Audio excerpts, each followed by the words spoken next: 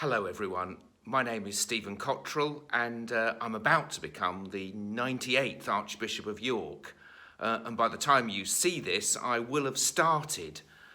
So it's really good to be with you and really good to try and answer some of your questions about hope and about compassion. What I'd like to know is, what does hope mean to you? Hope, from a Christian point of view, is different from wishful thinking. It's not wishing that everything will be fine in the end. Hope is rather the security in which we live our lives. So my hope is in what God has already done in Jesus Christ, which gives me hope for today and also hope for tomorrow. Somebody once described it to me this way: if you're stuck in a forest fire, where should you stand? And the answer is, you stand on the burnt ground. Because that way the flames may be all around you, but on the burnt ground they won't touch you. So the Christian hope is that we stand on the burnt ground of what God has done in Jesus Christ through his death and resurrection. And even though there may be all sorts of, terrible, challenging things happening, we will be secure. What I'd like to know is, what does Jesus say about compassion in the Bible? Well, actually, Jesus doesn't say a lot about compassion in the Bible. What Jesus does is show us what compassion looks like through his own actions of compassion, but also through the stories he tells. I guess perhaps the most famous example is the well-known story of the prodigal son, where when the prodigal son returns, the father had compassion on him. So even though that younger son had really let himself down, let his dad down, the father runs out to meet him. He shows us what compassion is actually like. What I'd like to know is, what does the Bible have to say about hope? Well, there are so many examples of the Bible speaking to us about hope. In fact, you could say the whole Bible is the story of the hope that we have in Jesus Christ. But I turn particularly to Romans chapter 8. That's St. Paul's letter to the church in Rome, chapter 8, which is full of hope. And the words that I particularly like are when he says, "For in hope we are saved." What God has done in Jesus Christ to bring us into community with God is our hope. But then he goes on, "Now hope that is seen is not hope. For who hopes for what is seen? But if we hope for what we do not see, we wait for it with patience." I think what Paul is saying is, the hope that we have in Jesus Christ, although it's the most real thing in all the world and is our great security, you can't actually see it. We're not like Peter and James and John, those first disciples who were with Jesus, who saw what he did, who heard what he said, who even witnessed him risen from the dead. That hasn't happened to us. We haven't seen, and yet we believe, and our hope is in those things which we believe in, but we can't see. My question is, where do you see compassion in your community? I see compassion in my community in every little act of kindness. So it's the people who are looking out for their neighbour, maybe just knocking on their door or trying to do their shopping or giving them a lift or collecting a prescription. We should never underestimate the power of those small acts of kindness, because I think they give us a picture of how the world itself could change if everybody said, "Oh, my one little act of kindness can't make a difference, can't change anything." But all those little acts of kindness can add up to a revolution in the way that we deal with each other. I would like to know, who's the most compassionate person you've ever met? This is a really hard question, because I think most of the most compassionate people I've ever met have been people who've done hidden things in hidden ways.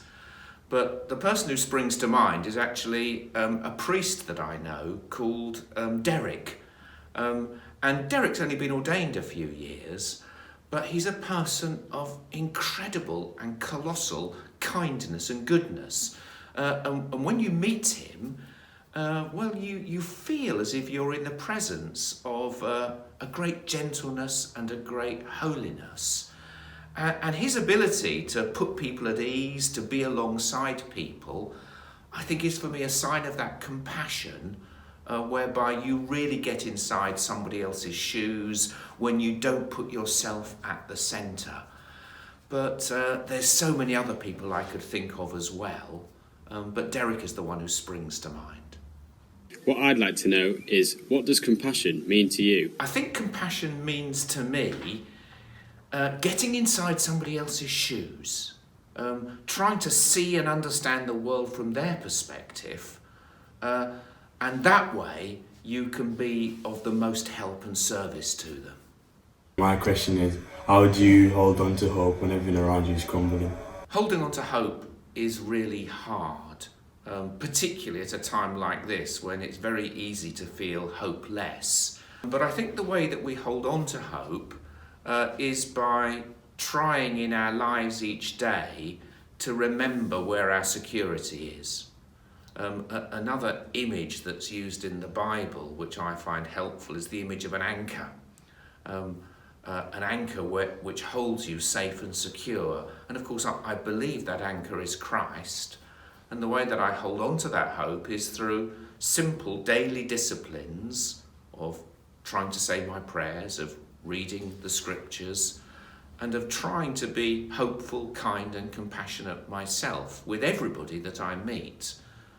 Those little disciplines begin to shape your life and enable you to stand on that burnt ground of what God has done in Jesus, which doesn't mean all the challenges of the world go away, but mean we are safe. What I want to know is, where does your hope come from? Well, my hope comes from my own relationship with God in Jesus Christ. Jesus is the meaning of my life, the centre of my life. It's through Jesus that I set the compass of my life.